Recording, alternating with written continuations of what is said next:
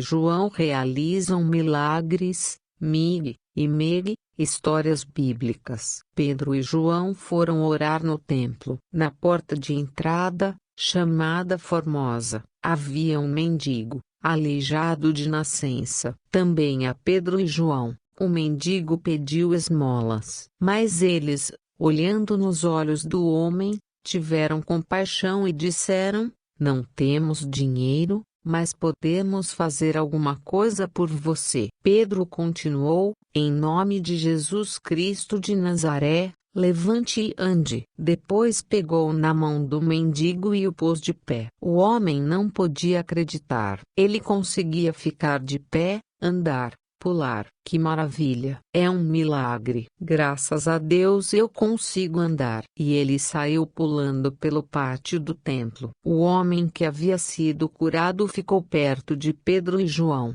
e logo se ajuntou uma multidão curiosa. Pedro falou então ao povo: israelitas, por que vocês estão olhando como se nós tivéssemos feito um milagre com as nossas forças? Vocês se lembram de Jesus, aquele que morreu na cruz? Pedro continuou: este Jesus ressuscitou dos mortos pelo poder de Deus. E é pelo seu nome que as pessoas podem ser curadas. É dele que todos os profetas falavam e profetizavam. Este Jesus está vivo e é o Messias. Arrependa-se dos seus pecados e comecem uma nova vida. Como o agito era grande, as autoridades religiosas, fariseus e o sumo sacerdote Anás ficaram preocupados. Eles agarraram a Pedro e a João, e, como já estava anoitecendo, os lançaram na prisão. Muitos, no entanto,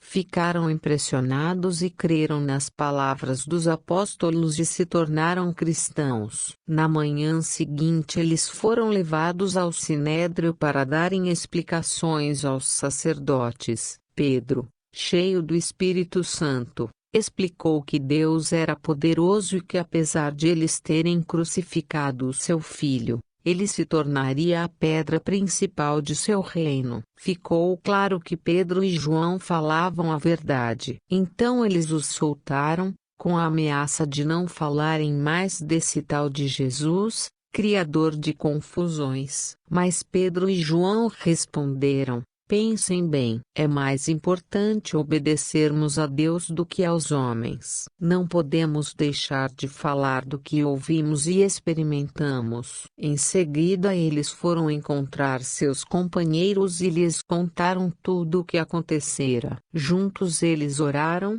pedindo a Deus que considerasse as ameaças e que os capacitassem a anunciarem a palavra corajosamente. Também pediram por sinais e maravilhas, para engrandecerem o nome de Jesus. Os apóstolos faziam muitos milagres e curavam muita gente. Os que criam se juntavam no pórtico de Salomão, onde se reuniam todos os dias. A fama e o conceito dos primeiros cristãos cresciam dia a dia. Muitos não tinham coragem de se unirem a eles, mas os admiravam muito. Outros traziam os doentes em camas e macas, e também os lunáticos e atormentados por espíritos, na esperança de serem curados. Esperavam que ao menos a sombra de Pedro os tocasse. Assim o Senhor lhes acrescentavam, a cada dia, novos seguidores, tanto homens como mulheres. Então os fariseus, cheios de inveja,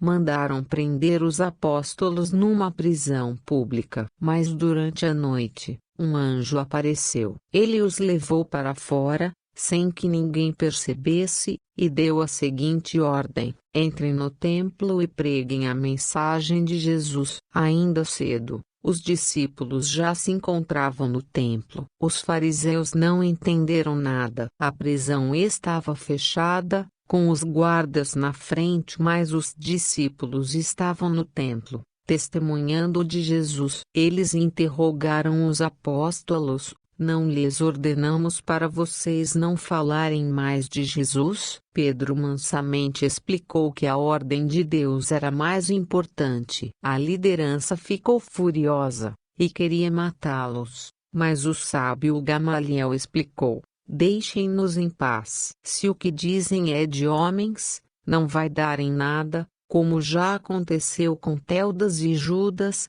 o rebelde. Se for humano, falhará, e se for de Deus, não adianta nada vocês tentarem impedi-los. Assim eles soltaram os discípulos, não sem antes lhes darem uma surra e proibirem que falassem de Jesus. Os discípulos se lembraram das palavras de Jesus, que previam uma alegria para os que fossem perseguidos por amor a ele. E todos os dias, no templo e nas casas, não paravam de ensinar e de anunciar a Jesus.